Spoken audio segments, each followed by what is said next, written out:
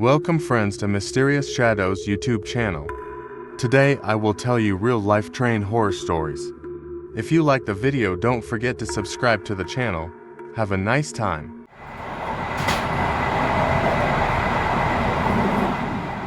The night train from Chicago to Los Angeles was quietly moving along the track. As the train passed through the seemingly endless barren land, the passengers, each with their own story, had fallen asleep. The wind lightly whistled through the windows, and the monotonous sound of the train felt like a lullaby. At midnight, in a car in the middle of the train, a middle-aged man named Edward woke up suddenly due to a jolt. The silence that followed the jolt was even more unsettling. Edward looked around and noticed that other passengers were also waking up. The train continued to move, but something was wrong. The young woman sitting next to him, Sarah, was looking around with worried eyes. Sharing her fear, Edward glanced towards the end of the car. There, he saw a few people who had recently boarded the train silently signaling to each other. Dressed in black, these people seemed to be planning something. Suddenly, the train's lights went out. The car was plunged into pitch darkness. A few seconds later, emergency lights flickered on. At that moment, Edward heard muffled sounds beginning to spread through the car. He quickly turned and noticed screams coming from the rear car. The screams echoed piercingly. Everyone stood up in panic. Two people hurriedly passed through the connection point in the middle of the train. They held shiny metal knives. As the passengers searched for a place to escape, the attackers advanced mercilessly. Edward grabbed Sarah by the arm, trying to hide under the seats, but the crowd was in chaos. Screams, shouts, and sounds of struggle filled the car. While planning an escape route to the train's door, Edward heard Sarah moan in pain.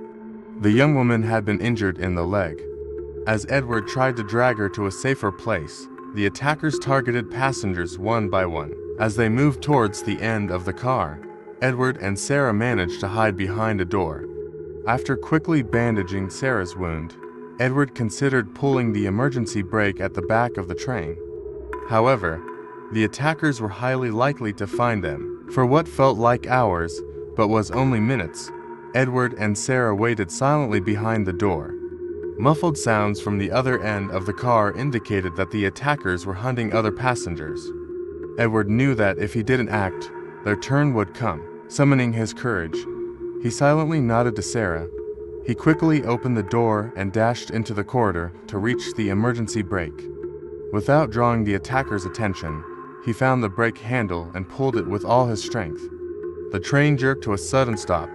Passengers were thrown to the floor with the abrupt halt.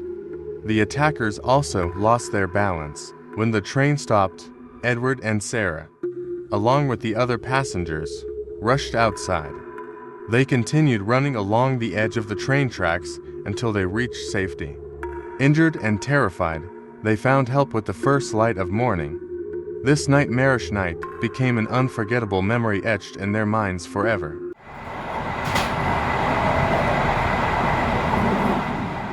The night train bound for San Francisco cut through the darkness, the rhythmic clatter of its wheels lulling most passengers to sleep. The dimly lit interior of the train added to the serene ambience, masking the brewing storm in one of its cars.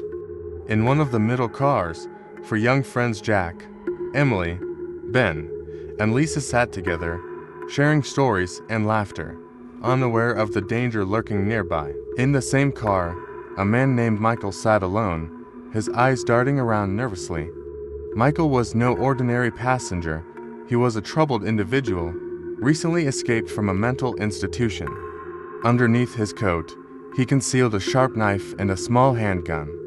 His mind was a whirlwind of paranoia and fear, convinced that everyone around him was out to get him. The train swayed gently as it picked up speed. Jack noticed Michael's erratic behavior first. He nudged Ben and whispered something, causing Ben to glance over. Michael's mutterings and twitchy movements were hard to ignore.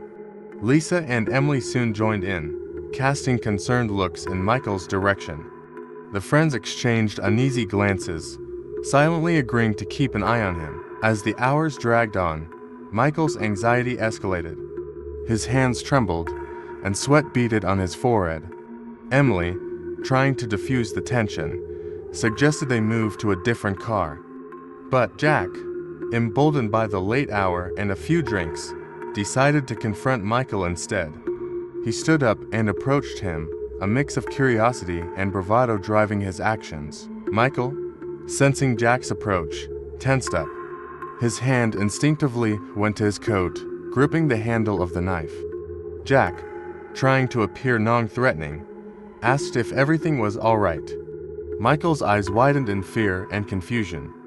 The other three friends watched intently, ready to intervene if needed. Jack's attempt at conversation quickly turned sour. Michael's responses were incoherent and laced with paranoia. Jack, frustrated and a bit unnerved, signaled Ben to help him. Together, they tried to calm Michael down, but their efforts only made him more agitated. The situation escalated rapidly. In a sudden burst of panic, Michael lashed out, shoving Jack and Ben away. The commotion drew the attention of other passengers, who began to murmur and shift uncomfortably in their seats.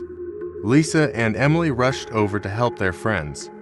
The confrontation turned physical, with the four friends trying to subdue the increasingly frantic Michael, but Michael, driven by sheer desperation and fear, couldn't take it anymore. He pulled out his knife, slashing wildly. Jack cried out as the blade cut across his arm. Ben, trying to wrestle the knife away, was stabbed in the side. The chaos in the car erupted into full-blown panic.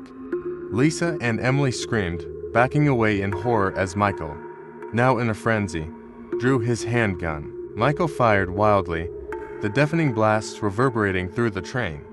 Passengers ducked and scrambled for cover. Emily was hit in the shoulder, and Lisa collapsed to the floor, clutching her leg in agony. The car became a scene of utter pandemonium. In the aftermath, Michael stood amidst the carnage, breathing heavily. The adrenaline coursing through his veins began to subside, leaving him disoriented. He dropped the knife and gun, sinking to his knees. The once peaceful train now echoed with cries of pain and fear. Emergency responders arrived quickly, tending to the injured and restraining Michael. The friends, though battered and blooded, survived the ordeal. As they were carried away on stretchers, the haunting reality of their nightmarish encounter with the deranged man would forever be etched in their memories. If you liked our video, don't forget to subscribe to our channel and like the video. See you in other videos. Mysterious Shadows presents.